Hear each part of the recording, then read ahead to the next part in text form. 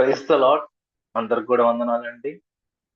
Jesus loves you friends అనే YouTube channel కి మిమ్మల్ని అందరినీ హృదయపూర్వకంగా ఆహ్వానిస్తూ ఉన్నాను. సబ్స్క్రైబ్ చేసుకున్న మిత్రులందరికీ కూడా ప్రత్యేకమైన కృతజ్ఞతలు. ఈ వాక్యాలు మీరు విని ఆదరణ పొందుతూ ఉన్నారని నేను నమ్ముతూ ఉన్నాను. అలాగే ఇతరులకు కూడా మీరు షేర్ చేసి దేవుని రాజ్యాన్ని మీరు కూడా వ్యాప్తి చేస్తున్నారని చెప్పేసి నమ్ముతూ ఉన్నాను. So praise the lord.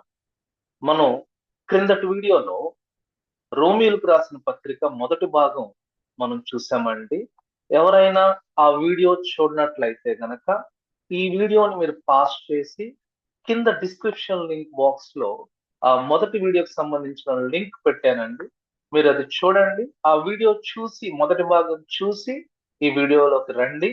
కాబట్టి వాక్యం మనకి చక్కగా అర్థం అవడానికి అవకాశం ఉంటుంది. అలాగే నేను let me share the screen.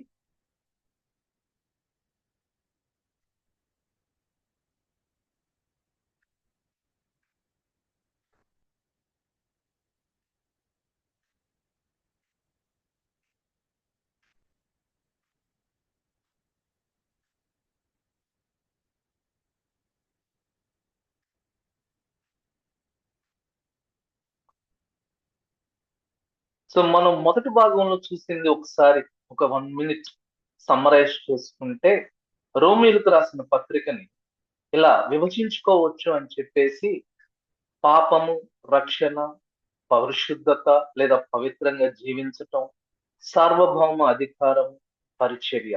అదే ఇంగ్లీష్ లో అయితే sin, salvation, sanctification, sovereignty and service ఇలా విభజించుకోవచ్చు.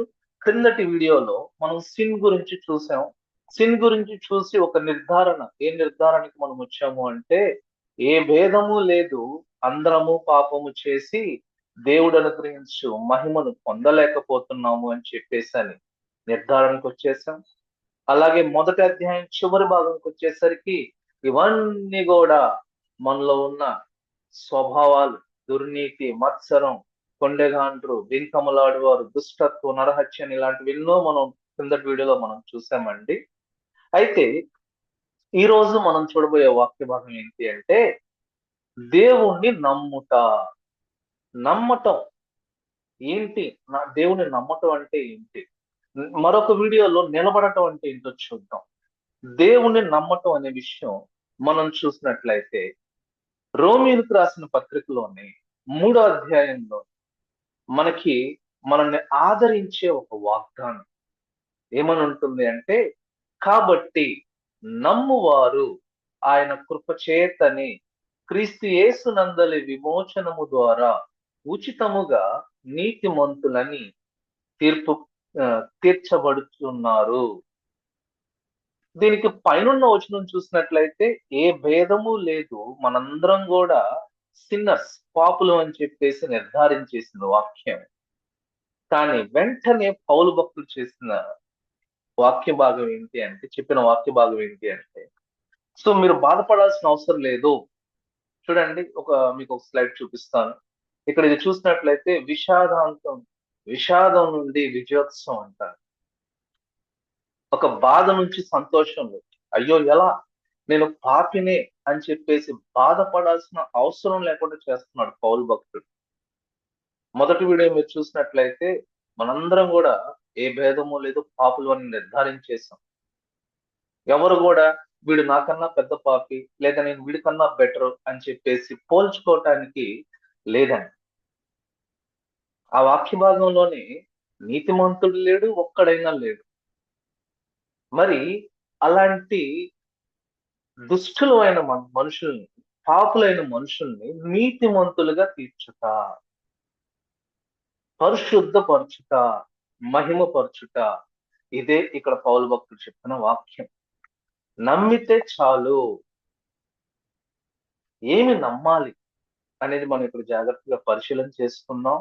ఏంటి రక్షణ సిద్ధాంతం, రక్షణ యొక్క సిద్ధాంతం ఏంటి, వాట్ ఈస్ సాల్వేషన్ అని గనుక మనం పరిశీలన చేసినట్లయితే ఇక్కడ 3 విషయాలు మనకు కనిపిస్తున్నాయి. కృపచేతని క్రీస్తు యేసునందలి విమోచనము ద్వారా ఉచితముగా నీతిమంతులని తీర్చబడుచున్నారు. కాబట్టి justified freely, through redemption which is in Jesus Christ. English లో అయితే చూద్దాం. మొదటిది నీతిమంతులుగా తీర్చటం, రెండోది విమోచన, మూడోది ప్రాయశ్చిత్తం. ఈ మూడు పదాలు ప్రతి ఒక్క క్రైస్తవుడు తెలుసుకోవాలి. చాలా మంది ఈ మూడు పదాలు తెలుసుకోకుండానే రక్షింపబడ్డాము అని చెప్పేసి అని అనుకుంటూ ఉంటారు. ఎస్, నమ్మితే మనం రక్షింపబడతాం. కానీ ఎప్పుడైనా ఎవరైనా రక్షణ అంటే ఏంటి అని ఎవరైనా నీ స్నేహితులు అడిగినప్పుడు నువ్వు చెప్పడానికి సిద్ధంగా ఉండాలి. నీతిమంతులుగా తీర్చబడటం అంటే ఇందాక మనం చూసినట్లు ఏ భేదము లేదు, మనందరం పాపం చేసిన వాళ్ళమే. కానీ ప్రభు దగ్గర నాకు దొరికింది ఏంటి అంటే, నేను క్రీస్తుని నమ్మితే చాలు, నేను నీతిమంతుడిగా లేదా నీతిమంతురాలుగా దేవుడు నన్ను తీర్చుతున్నాడు. ఎంత గొప్ప విషయం అండి. ఇంకా మనకి ఎఫీసీలకు రాసిన పత్రిక 2వ అధ్యాయం 8-9 వచనాలు చూసినట్లయితే, మీరు విశ్వాసము ద్వారా కృపచేతనే రక్షింపబడి ఉన్నారు, ఇది మీ వలన కలిగినది కాదు, ఇది దేవుని వరమే. It's a gift of God. ఇది దేవుని వరమే. విశ్వాసం మనదండి, కృపేమో దేవుడు. నాకు గనక విశ్వాసం ఉంటే నా దేవుడు నా కొరకే ఈ లోకానికి వచ్చాడు. నా యేసయ్య నా పాపం అంతా ఆయన మీద వేసుకుని సులువు పైన ఆయన మరణించారు. నా కొరకే తిరిగి పునరుద్ధానుడై మూడో దినాన తిరిగి లేచారు. నేను ఈ ఈ దీన్ని విశ్వసిస్తే, దీన్ని నమ్మితే నేను రక్షింపబడినట్లే. దీన్ని విశ్వసించినప్పుడు మనం చేయాల్సింది ఏంటంటే, ప్రభువా, ఎస్, నేను పాపినయ్యా, మీరు తెలియని టైంలో ఎన్నో పాపాలు చేస్తున్నాను, ఎన్నో విషయాల్లో మీకు అయిష్టంగా జీవించి ఉన్నాను, నన్ను క్షమించు. ఎందుకంటే విశ్వసిస్తే ఖచ్చితంగా మన నోటి వెంట వచ్చేది ఏంటంటే, నేను నమ్మిన నా యేసయ్య దగ్గరికి వెళ్ళి నేను చక్కగా సమాధాన పడాలి అనే ఆలోచన చేస్తాను. చూడండి, this is gift of God not of works అని చెప్పేసి అన్నాడు ఇక్కడ. It's a gift of God not of works. ఒకవేళ ఇలా అనుకుందాం, యేసు ప్రభు వారు శిలువ మరణం నుంచి పునరుద్ధానుడైన తర్వాత శిష్యులందరినీ కానీ పిలిచి, లేకపోతే ఈ రోజున మనకి బైబుల్ ఇలా రాస్తుంటే, ఇదిగోండి మీకు లిస్ట్ ఆఫ్ థింగ్స్ ఇస్తున్నాను, ఇదిగోండి ఈ 10 విషయాలు ఇస్తున్నాను మీకు, ఈ 10 విషయాలు మీరు ఒక 10 days ప్రూవ్ చేసి చూపించండి నాకు, అప్పుడు నేను మిమ్మల్ని రక్షిస్తాను అని చెప్పేసి అంటల్లా. మీరు ఒక నెల రోజులు అబద్ధం ఆడకుండా నాకు కనపడండి అయ్యా, నేను మిమ్మల్ని రక్షిస్తాను అని చెప్పేసి అంటల్లా.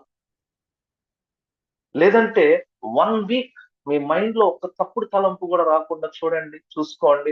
ఒక్క తప్పుడు తలంపు కూడా రాకపోతే అప్పుడు నేను నిన్ను రక్షిస్తాను, అప్పుడు నేను రక్షింపబడి ఉంటావు, అప్పుడు నేను నిన్ను ఉచితంగా నీతిమంతుడిగా ఎంచుతాను అని చెప్పేసి ప్రభు వారు అంత కఠినమైన ఆజ్ఞలు మనకి ఇవ్వట్లా. ఒకవేళ ఇలాంటి డిగ్రీ ఒకటి పాస్ చేస్తుంటే, ఇలాంటి లా, ఇలాంటి ఒక రూల్ గనక పాస్ చేస్తుంటే, 1 month గనక నీకు ఒక్క బ్యాడ్ థాట్ కూడా రాకపోతే అప్పుడు నేను నిన్ను రక్షిస్తాను అని అంటే, ఈ లోకంలో ఒక్కరు కూడా రక్షింపబడి ఉండేవాళ్ళు కాదు. ఒక 6 months గాని నువ్వు ఎవరి మీద బాధ తెచ్చుకోకుండా, ఎవరిని తిట్టకుండా, ఎవరి మీద కోప్పడకుండా నాకు కనపడు, అప్పుడు నేను రక్షిస్తాను అని చెప్పేసి గనక ప్రభువారు ఇలాంటి ఒక రూల్ పాస్ చేస్తుంటే, మై ఫ్రెండ్స్, ఒక్కరు కూడా రక్షింపబడి ఉండేవాళ్ళు కాదు. దేవుడు రూల్స్ పెట్టలేదు కానీ మనకి, it's a gift of God అంటున్నాడు, దేవుని వరమే. కాబట్టి ఎవ్వరు కూడా రక్షణ విషయం బట్టి అతిశయించొద్దు. There is no chance to boast. ఇది నేను ఇంతసేపు ప్రార్థన చేస్తే నాకు రక్షణ వచ్చిందని చెప్పొద్దు ఎవరు. It's a free gift. రక్షణ అనేది ఫ్రీ గిఫ్ట్. మనం తర్వాత భాగంలో చూద్దాం, నెక్స్ట్ వీడియోలో చూద్దాం. నిలబడటం అంటే ఏంటి, రక్షణ పొందటానికి క్రియలు అవసరం లేదు, రక్షణ నిలబెట్టుకోవడానికి క్రియలు కావాలి. రెండో పదం విమోచన, రెడెంప్షన్. ఒక గొప్ప దైవజనుడు ఏమంటున్నాడు అంటే, ఆదికాండం మొదటి 3 అధ్యాయంలోనే సృష్టి ఉంది, అలాగే పాపం యొక్క పరిచయం కూడా అక్కడే జరిగిందంటే. ఎలాగా మనుషులు ఆదాము అవ్వ పాపంలో పడిపోయారో అక్కడే ఉంది. ఆ తర్వాత వాక్య భాగం అంతా కూడా దేవుడు ఎలాగా మనుషుల్ని విమోచించాడు, ఆయన ప్రణాళిక ఏంటి అని చెప్పేసి చెప్తూ ఉంది. ఇక్కడ మనం చూద్దాం. విమోచన. విమోచన అనే పదానికి అర్థం ఏంటి అంటే, సాధారణంగా ఒక బందీని తన బంధకత్వాల నుండి విడిపించడానికి కొంత సొమ్ము చెల్లించాలంటాడు, కొంత డబ్బు చెల్లించాలి. చెల్లించి ఒక బానిసని విడిపిస్తానికి అవకాశం ఉంటుంది. దాన్నే విమోచన అంటారు, లేకపోతే రెడమ్షన్ అంటారు అన్నమాట. అయితే నేను దేనికి బందీగా ఉన్నాను ఈ రోజున? నేను ఎవరికి బందీగా లేను. నా ఇష్టం వచ్చినట్టు నేను జీవిస్తున్నాను కదా అని చెప్పేసి నువ్వు అనుకోవచ్చు. అయితే వాక్య భాగం చెప్తుంది ఏంటి అంటే, యూదులైనా సరే, అన్యజనులైనా సరే, అందరం కూడా పాపం అనే అధికారం క్రింద బానిసం అయిపోయామంటారు. అందుకని అందరం కూడా మొదటి భాగంలో మనం చూసినట్లయితే అందరం కూడా పాపులమే అని ఒక కన్క్లూజన్కి వచ్చేసాం కదా. పాపం అనే అధికారం మనల్ని ఊరికనే విడిచిపెట్టదు. విమోచన అంటే ఒక బందీని తన సొత్తు ఇచ్చి, డబ్బు ఇచ్చి, విలువైనది ఇచ్చేసి ఆ బందీని విడిపించటమే, ఆ బందీని స్వతంత్రుని చేయటమే.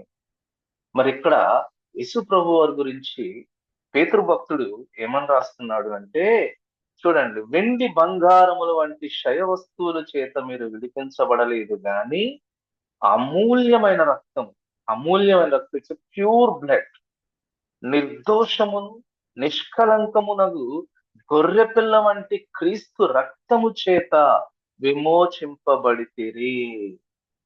మీరు ఎరుగరా? యేసు ప్రభు సిలువ మనకు తెలుసు, మనకి గుడ్ ఫ్రైడే సెలబ్రేట్ చేయటం తెలుసు, కానీ గుడ్ ఫ్రైడే వెనకాల దాగి ఉన్న వాక్యం ఇదే కదా.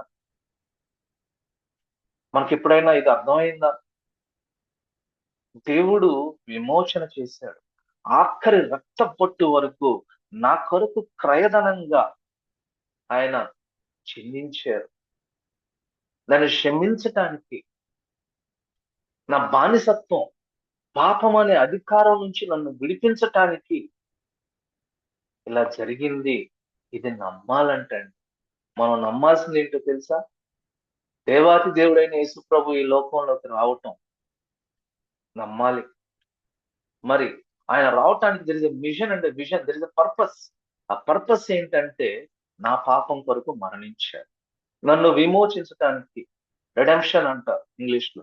నన్ను విమోచించటానికి ఆయన మరణించారు. ఇది మనం నమ్మాలి.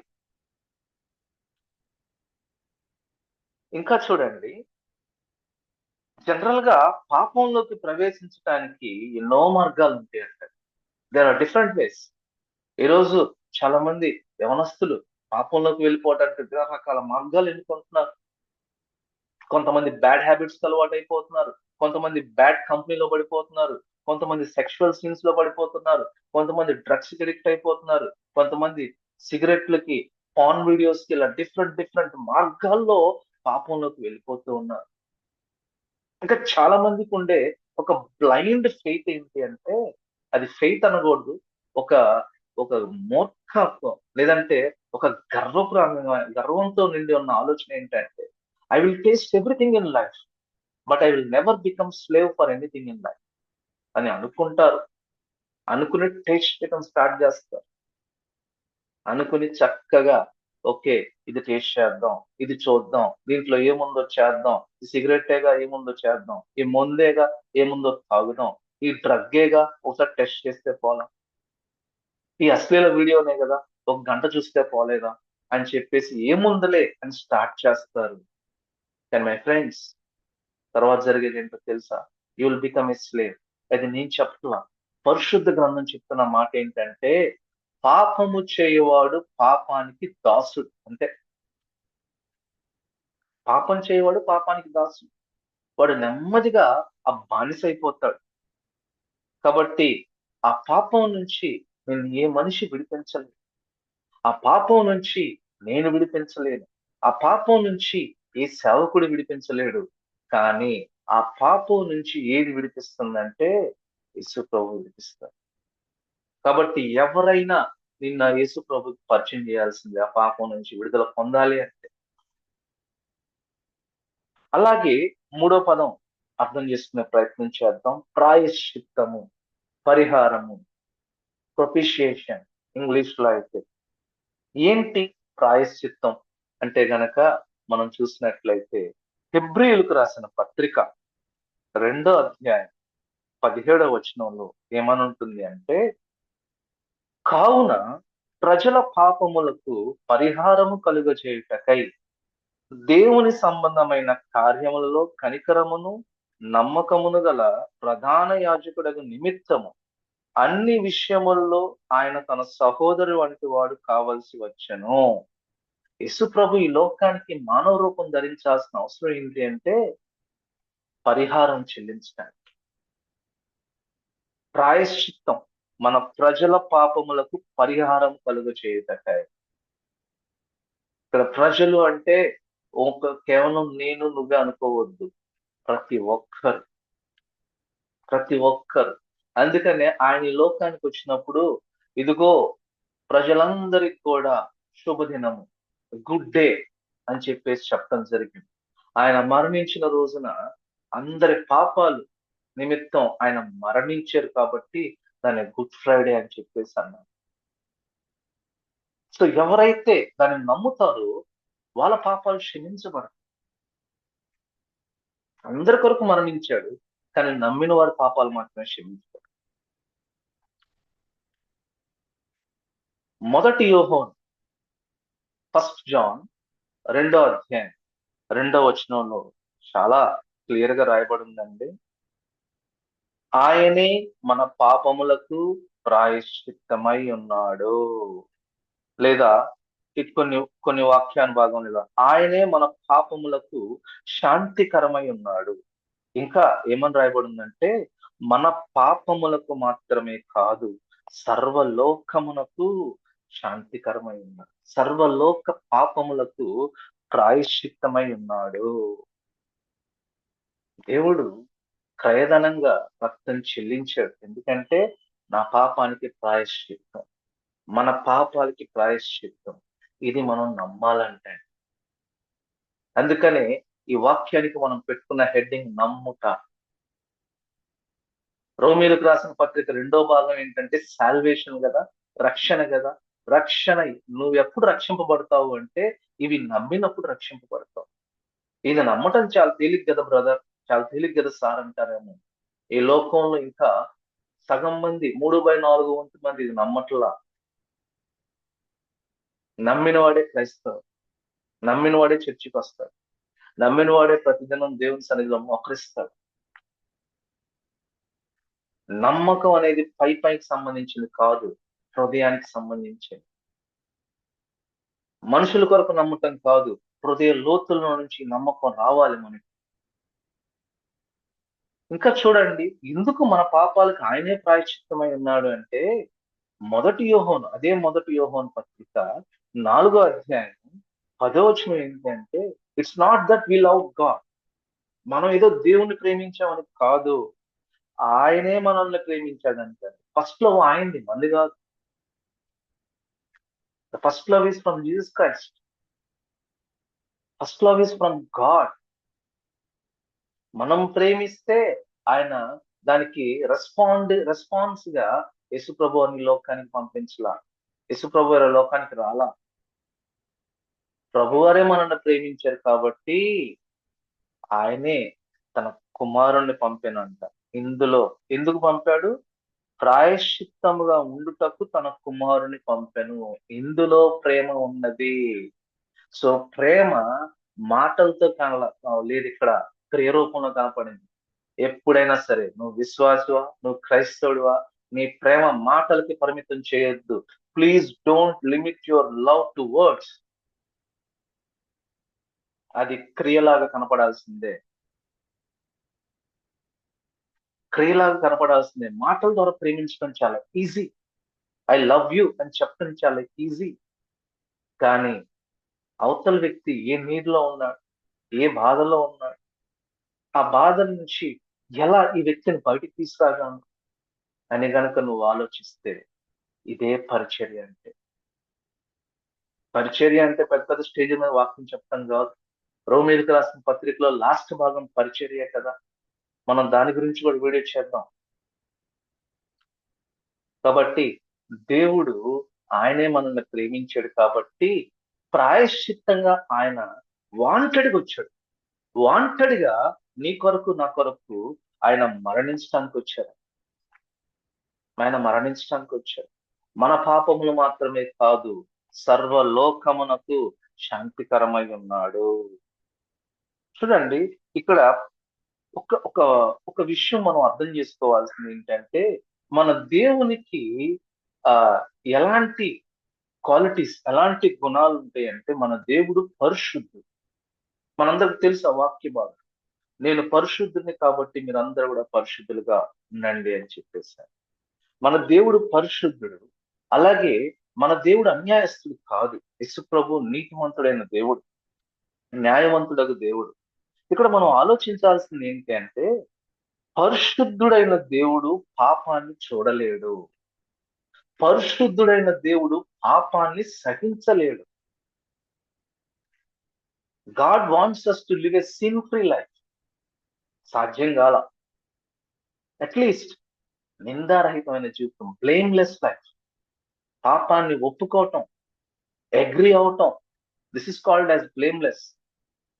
ఒక నిందబడిందా, దాన్ని ఎప్పుడప్పుడు తుడుచుకోవాలి. అప్పుడప్పుడు ప్రభు దేవాలయాల దగ్గరికి వెళ్ళి క్షమాపణ అడగాలి. దట్ ఈస్ కాల్డ్ యాజ్ నిందారహితమైన జీవితం, బ్లేమ్లెస్ లైఫ్.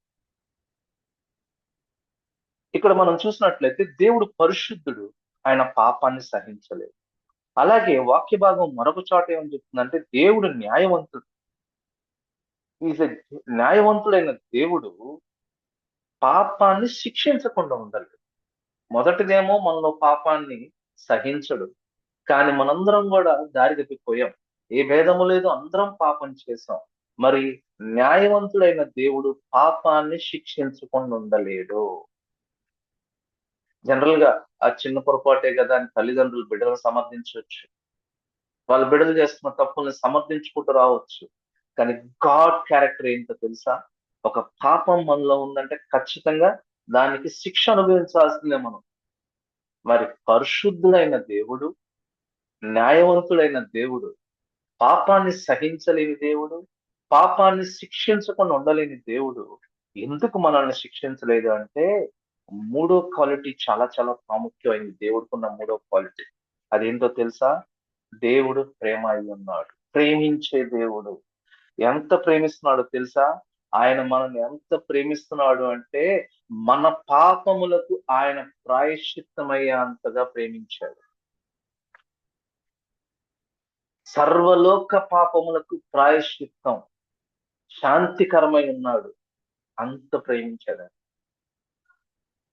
దేవదూతల కొరకు యేసు ప్రభు వారు మరణించలా. దేవదూతలు తప్పులు చేసినప్పుడు వాళ్ళకి సెకండ్ ఛాన్స్ లేదు. కానీ తన స్వారూప్యంలో చేసుకున్న నాకు నీకు ఎన్ని ఛాన్సెస్ ఉన్నాయో చూడండి. ఎన్ని ఛాన్సెస్ ఇచ్చారో చూడండి. దేవుడు ఛాన్సులు ఇస్తున్నాడు కదా, అవకాశాలు ఇస్తున్నాడు కదా అని ఇష్టానుసారంగా జీవిస్తావా? ప్రియ దేవుని బిడ్డ, ఒకసారి ఆలోచించు. లేదండి, దేవుణ్ణి దుఃఖ పెట్టడానికి వీల్లేదు మనం. సో దేవుడు ప్రేమ అయి ఉన్నాడు కాబట్టే, ఆయన మనందరినీ ప్రేమిస్తున్నాడు కాబట్టే, న్యాయవంతుడైన దేవుడు, పరిశుద్ధుడైన దేవుడు ఆ పాపాలు ఆయన మీద వేసుకొని, నేను పొందాల్సిన దెబ్బలు, నాకు కలగాల్సిన గాయాలు అన్ని ఆయనే పొందారు. ఎవరు ధన్యులు? ఈ లోక భాషలో మాట్లాడితే, ఈ లోకంలో ఎవరు అదృష్టవంతులండి అని చెప్పేసి ఎవరు అడిగితే వాళ్ళు చెప్తారని, బాగా డబ్బులు ఉన్న వాళ్ళు అదృష్టవంతులు, లేదా మంచి పేరు ప్రఖ్యాతలు గాంచిన వాళ్ళు అదృష్టవంతులు, అబ్బో చాలా పెద్ద సంఘం అదృష్టం అని లోకంలో వాళ్ళు తెలియక చెప్తారేమో కానీ, కానీ ఎవరు అదృష్టవంతులు? అదృష్టవంతులు అనేది ఉండదండి దేవుని భాషలో. ధన్యులు. ఎవరు ధన్యులో తెలుసా? తన అతిక్రమములకు పరిహారము నొందినవాడు. కింద రోమీయులకు రాసిన పత్రిక 4వ అధ్యాయంలో ఉంటుంది మనకి. తన అతిక్రమములకు పరిహారం నొందినవాడు, తన పాపమునకు ప్రాయశ్చిత్తము నొందినవాడు ధన్యుడు. ప్రభువు చేత నిర్దోషి ఉచితంగా నీతిమంతుడు అని ఎంచబడిన వాడు ధన్యుడు. ఏమండి? డబ్బుంటే ఇది జరిగిద్దా? లేకపోతే ఈ లోకంలో నీకు గొప్ప పేరు ప్రఖ్యాతులు ఉంటే ఇది జరిగిద్దా? లేకపోతే ఈ లోకంలో నీకు మంచి మంచి డిగ్రీస్ ఉంటే ఇది జరిగిద్దా అంటే లేదు. దావీదు భక్తుడు 32వ దావీదు కీర్తనలో రాసిన వాక్య భాగాన్ని పౌలు భక్తుడు ఇక్కడ 4వ అధ్యాయంలో కోట్ చేశారండి. పరిహారం నొందుట. నమ్మినప్పుడు ఏం చేస్తావు తెలుసా? ప్రభువా, ఇదిగోనయ్యా, నా జీవితం ఇది, నా బ్రతికి ఇది, నేను ఇలాంటి పొరపాట్లు చేశాను, ఇలాంటి దుష్టక్రియలు చేశాను. నిజమే, ఏ భేదము లేదు. నేను కూడా అందరిలాగే పాపం చేసి మీరు అనుగ్రహించిన మహిమను పొందలేకపోయాను. బట్ లార్డ్, నువ్వు నా కొరకు వచ్చావు, మరణించావు. దయచేసి నా పాపాలు క్షమించవా అని నువ్వు అడిగిన వెంటనే క్షమిస్తానికి సిద్ధంగా ఉన్న దేవుడు నా దేవుడు. పరిహారం నొందుట, మన పాపానికి ప్రాయశ్చిత్తం నొందుట. అన్నిటికన్నా గొప్పది ఏంటో తెలుసా? అప్పుడు దాకా తప్పులు చేసిన వాళ్ళని అసలు ఏ శిక్ష వేయకుండా నిర్దోషి అని చెప్పి జడ్జి విడిచిపెట్టేశాడు అనుకోండి. ఎంత గొప్ప ధన్యత అండి అది. ఇలా జరగటానికి కారణం ఏంటంటే మన తప్పులన్నిటికీ ఆయన శిక్ష అనుభవించాడు కాబట్టి ఇక నాకు శిక్ష లేదు, మనకు శిక్ష లేదు. కాబట్టి మనం నిర్దోషులము, మనం ముద్దాయిలం కాదు, నిర్దోషులము. చూడండి మనం ఎంత ధన్యులో చూడండి. ఎప్పుడన్నా ఇంత సంతోషపడ్డావా? నేను ధన్యుణ్ణి, దేవుని దృష్టిలో నేను ధన్యుణ్ణి అని చెప్పేసి సంతోషపడాలండి. మన ఆ ముస్లిం మిత్రులను అడిగితే వాళ్ళు చెప్పే మాట ఏంటి అంటే, మన మంచి కార్యాలు మన చెడ్డ కార్యాలు ఎక్సీడ్ చేయాలి, ఎక్కువ అవ్వాలి. మనం చేసే చెడు కన్నా మంచి ఎక్కువ అవ్వాలి. అప్పుడే మనం దేవుని చేత రక్షింపబడతాం అని చెప్తా ఉంటారు. మన హైందవ మిత్రుల్ని, హైందవ సహోదరులను అడిగితే వాళ్ళు కర్మ సిద్ధాంతం అని చెప్తూ ఉంటారు. కానీ నీకు నాకు ఉన్న ధన్యత ఏంటో తెలుసా? Only by the grace of God. నువ్వు రక్షింపబడ్డావు అంటే only by the grace of God. కృప దేవుంది, నమ్మకం నీది, విశ్వాసం నీది, నాది. Only by the grace of God. ఎందుకు అంటే మన మంచి క్రియలు 10 ఉండొచ్చు, ఒక చెడ్డ క్రియ ఉంటే చాలుదా? ఏమండి? ఎప్పుడన్నా కర్రీ ప్రిపేర్ చేసేటప్పుడు అరే, ఒక పుచ్చిపోయిన కూరగాయ ఉందంటే దాన్ని పడేస్తారు. అంతేగాని ఏం పర్వాలేదులే, 10 మంచి కూరగాయలు ఉన్నాయి కాబట్టి ఒక పుచ్చు వల్ల ప్రాబ్లం ఏంటని చెప్పి దాన్ని వేయరు. ఒక 10 గుడ్లు మంచిగా ఉన్నాయి కదా, ఒక గుడ్డే కదా పాడైందని దాన్ని కలిపి కర్రీ చేయరు ఎవరు. కాబట్టి only by the grace of God. మనలో ఏ ఒక్క చెడ్డ క్రియ ఉన్నా గానీ పరిశుద్ధుడైన దేవుడు దాన్ని సహించలేడు. న్యాయవంతుడైన దేవుడు ఆ చెడును బట్టి మనల్ని శిక్షించకుండా ఉండలేడు. కానీ ప్రేమ కలిగిన దేవుడు ఆ చెడును బట్టి శిక్ష అంతా తను అనుభవించి మీరు ఉచితంగా నిర్దోషులుగా ఎంచటం దేవునికి ఎంత ధన్యత అంటే మనకెంత ధన్యత. అందుకనే అబ్రహాం కూడా క్రియల వల్ల ఆయన ఏమి నీతిమంతుడిగా ఎంచబడలా. అబ్రహాము దేవుని నమ్మెను అని అది అతనికి నీతిగా ఎంచబడింది. ఎందుకంటే అబ్రహాం క్రియల్లో కూడా మనం కొన్ని పొరపాట్లు చూస్తూ ఉంటాం. ఆదికాండంలో చూసినట్లయితే జస్ట్ బిలీవింగ్ ఇన్ గాడ్. అందుకని రోమియోలకు రాసిన పత్రిక సాల్వేషన్ అనే పదానికి ఒక సింపుల్ వర్డ్ మనం డిఫైన్ చేసుకోవాలంటే బిలీవింగ్, నమ్ముట. దేవుని నమ్మితే అది మనకి నీతిగా ఎంచబడుతుంది. ఇంకా చూడండి యోహాను సువార్త 1వ అధ్యాయం 12వ వచనంలో ఏమని రాయబడి ఉంటుంది అంటే, ఎవరైతే నమ్ముతారో, విశ్వాసం ఉంచుతారో వాళ్ళందరికి కూడా దేవుని పిల్లలగుటకు ఆయన అధికారం అనుగ్రహించారంట.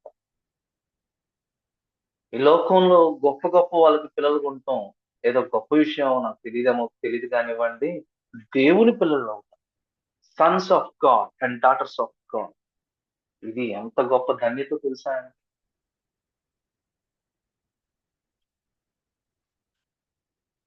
కాబట్టి మనం ఒప్పుకోవాలంటండి. రోమీయులకు రాసిన పత్రికలో దేవుడు మృతుల్లో నుండి ఆయన లేపినని నీ హృదయమందు విశ్వసించిన ఎడల నీవు రక్షింపబడదు.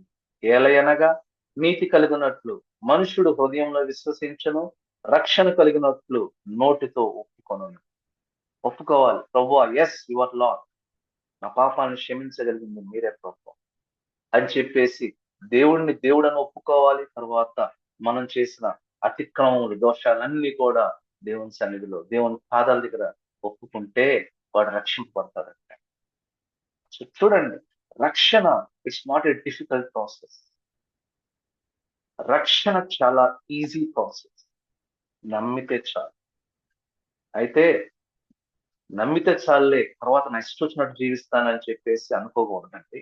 నెక్స్ట్ వీడియోలో నిలబడటం, నమ్మటం, నిలబడటం, అది చూద్దాం. నెక్స్ట్ వీడియోలో చూస్తే మనకు ఒక క్లారిటీ వస్తుంది. కాబట్టి దేవునికి దగ్గరగా జీవించాలి.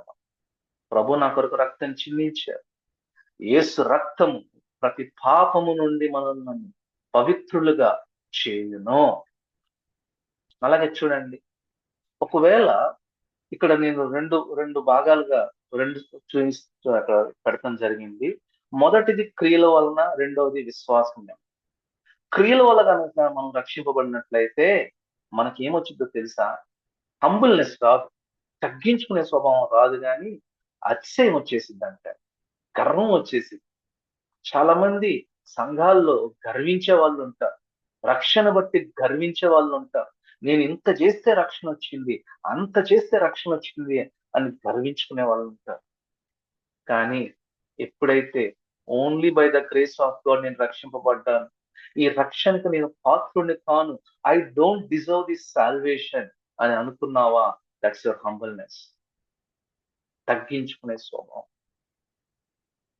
ఒకవేళ క్రియల వల్ల గనక రక్షణ వస్తే, నేను సంపాదించుకున్నానండి రక్షణ, నేను కష్టపడి సంపాదించుకున్నాను ఈ రక్షణ అని చెప్పేసి అలాంటి మైండ్ సెట్ వచ్చేసి. కానీ నువ్వు నేను గ్రహించాల్సింది ఏంటంటే, నా సొంత మాట కాదు, ఎఫెసీయులకు రాసిన పత్రికలో రాయబడింది చూశాను కదా, ఇది క్రియల వలన కలిగినది కాదు, మన వలన కలిగేది కాదు. ఇట్స్ నాట్ నా మంచితనం కాదు, it's not my good dates, మానవ యోగ్యత కాదు, లేకపోతే నేను కృషి చేస్తే నాకు రాలా, నేను ప్రాక్టీస్ చేస్తే నాకు రక్షణ రాలా. ఓన్లీ గ్రేస్ ఆఫ్ గాడ్ ని నమ్మటం వలన, దేవుని కృప యందు నమ్మిక ఉంచడం వలన. అలాగే రక్షణ అనేది రుణం కాదు, it's not a salary, it's a gift. రోమిలకు రాసిన పత్రిక 4వ అధ్యాయం ఉంటుంది. ఒకడు కష్టపడి సంపాదించుకుంటే వచ్చేదాన్ని రుణం అంటారంట, ఏ కష్టం లేకుండా ఉచితంగా వచ్చేదాన్ని బహుమానం అంటారు. It's a gift of God. కాబట్టి రక్షణ is a gift of God. ఆ గిఫ్ట్ నువ్వు పొందుకోవాలి అంటే నువ్వు చేయాల్సింది ఏంటో తెలుసా?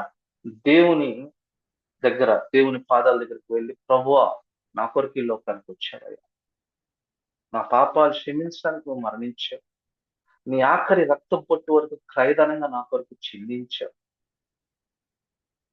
ప్రాయశ్చిత్త బలి మీరు అయిపోయారు అని చెప్పేసి నువ్వు ఒప్పుకుంటే నువ్వు రక్షింపబడతావు. ఇది ఒప్పుకోవటం కూడా కష్టమా? అయితే నీకు రక్షణ లేదు. ఇది ఒప్పుకోవాలంటే నమ్మకం ఉంటారు ప్రభువు. అందుకని ఈ మెసేజ్ ఇచ్చిన టైటిల్ ఏంటంటే నమ్ముట. నమ్మకం లేకపోతే మనం చేయగలిగింది ఏమీ లేదండి. ఒక వాక్య భాగంలో ఏమని ఉంటుంది అంటే, యోహాను సువార్త 20వ అధ్యాయం 29వ వచనంలో ఏమని ఉంటుందంటే, యేసు ప్రభు ఇలా అంటున్నారు, యేసు నీవు నన్ను చూచి నమ్మితివి, చూడక నమ్మిన వారు ధన్యులు. శిష్యులు యేసు ప్రభు మరణించి తిరిగి లేచిన తర్వాత తోమా నమ్మల, ఆయన గాయాల్లో వేలు పెట్టి చూస్తే గాని నేను నమ్మను అని చెప్పేసి అన్నారు. అందుకని తోమా ఉన్నప్పుడు యేసు ప్రభు వారి మధ్య ప్రత్యక్షమయ్యి తోమాను అడుగుతాడు, రా టెస్ట్ చేసుకో, పరీక్షించుకో అని. అప్పుడు తోమా లేదని చెప్పేసి అందరు నమ్ముతారు. నమ్మినప్పుడు ప్రభు వారితో చెప్తున్నాడు, మీరు చూసి నమ్మితిరి, చూడకుండా నమ్మిన వారు ధన్యులు. ఇప్పుడు ఇప్పుడు ఇప్పుడు ఆలోచించండి, యేసు ప్రభు యొక్క శిష్యులు ధన్యులా, మనం ధన్యులమా అంటే మనము ధన్యులమే. ఎందుకంటే చూడకుండా నమ్ముచున్నాం కాబట్టి. విశ్వాసం చూడకుండా నమ్మేది, విశ్వాసం క్రియల్లో కనపడేది. కాబట్టి నా ప్రియ దేవుని బిడ్డలారా, మీరందరూ కూడా రక్షణ పొందుకోవటం ఎలా అంటే, ఇట్స్ ఓన్లీ బై ఫెయిత్. దేవుని పట్ల నమ్మకం ఉంచితే చాలు, నమ్మితే రక్షింపబడతావు. కాబట్టి నమ్మిన తర్వాత నెక్స్ట్ వచ్చినట్టు జీవిస్తాను అంటే అది కుదరదు. నెక్స్ట్ వీడియోలో నిలబడటం అంటే ఏంటో చూద్దాం. ఎలా మన జీవితాన్ని ఎలా మార్చుకోవాలి, that is called as sanctification. ఎందుకంటే మనం చూసాం కదా, మొట్టమొదటి స్లైడ్ అదే కదా నేను చూపించింది మీకు.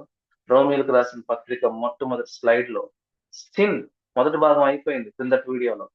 ఈ ఈ వీడియోలో రక్షణ గురించి నేర్చుకున్నాం. రక్షణ పొందటం జస్ట్ నమ్మితే రక్షింపబడతావు, వెరీ గుడ్, చక్కగా రక్షణ పొందుకుంటాం.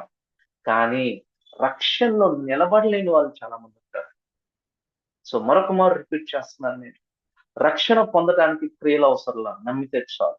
రక్షణ పొందిన తర్వాత నిలబడటానికి క్రియలు కావాలి. పరిశుద్ధంగా పవిత్రంగా జీవించడానికి క్రియలు కావాలి. కాబట్టి ఈ వాక్య భాగం విన్న ప్రతి ఒక్క క్రైస్తవుడు, ప్రతి ఒక్క దేవుని బిడ్డ, నేను రక్షణ పొందామా లేదా, ఇదే ఒకవేళ మీరు దేవుని నమ్ముచున్నట్లయితే ఇదే మీకు రక్షణ వాగ్దానం. చక్కగా రక్షణ విషయమై ప్రార్థన చేసుకుందాం, నమ్ముదాం, పాపాలన్నీ దేవుని పాదాల దగ్గర పెట్టి ఒప్పుకుందాం. దేవుడు ఈ వాక్యాన్ని దీవించునుగాక. చిన్న ప్రార్థన చేసుకుందాం. కృప కలిగిన దేవ, ప్రేమ కలిగిన తండ్రి, పరిశుద్ధుడా, మీ పాదాలకి వందనాలు. ఈ వాక్యాన్ని మీరు దీవించండి. విన్న ప్రతి ఒక్కరిని కూడా ప్రభా రక్షణ వైపు నడిపించమని. నా మటుకు నేను అయోగ్యుని, అపాత్రుడు, మీరే సహాయం చేయమని యేసయ్య అతి పరిశుద్ధమైన నామములో అడిగి వేడుకొని ప్రార్థిస్తున్నాను తండ్రి, ఆమేన్. జీసస్ లవ్స్ యు ఫ్రెండ్స్ అనే యూట్యూబ్ ఛానల్ ని ఇతరులకు షేర్ చేయండి. ఈ వాక్య భాగం ఇతరులకు షేర్ చేసి మీరు కూడా దేవుని రాజ్యాన్ని కట్టే విషయంలో పాలుభాగస్తులు అవ్వండి. అలాగే నెక్స్ట్ వీడియో కొరకు కూడా ప్రార్థన చేయండి. ఖచ్చితంగా నిలబడటం గురించి మనం నేర్చుకుందాం. ఇది నమ్మటం మాత్రమే, ఎలా నిలబడాలనేది మనం నేర్చుకుందాం. దయచేసి మీ అభిప్రాయాన్ని, మీ సలహాల్ని కామెంట్ సెక్షన్ లో దయచేసి తెలియజేయమని చెప్పేసి ప్రతి థ్యాంక్ యూ.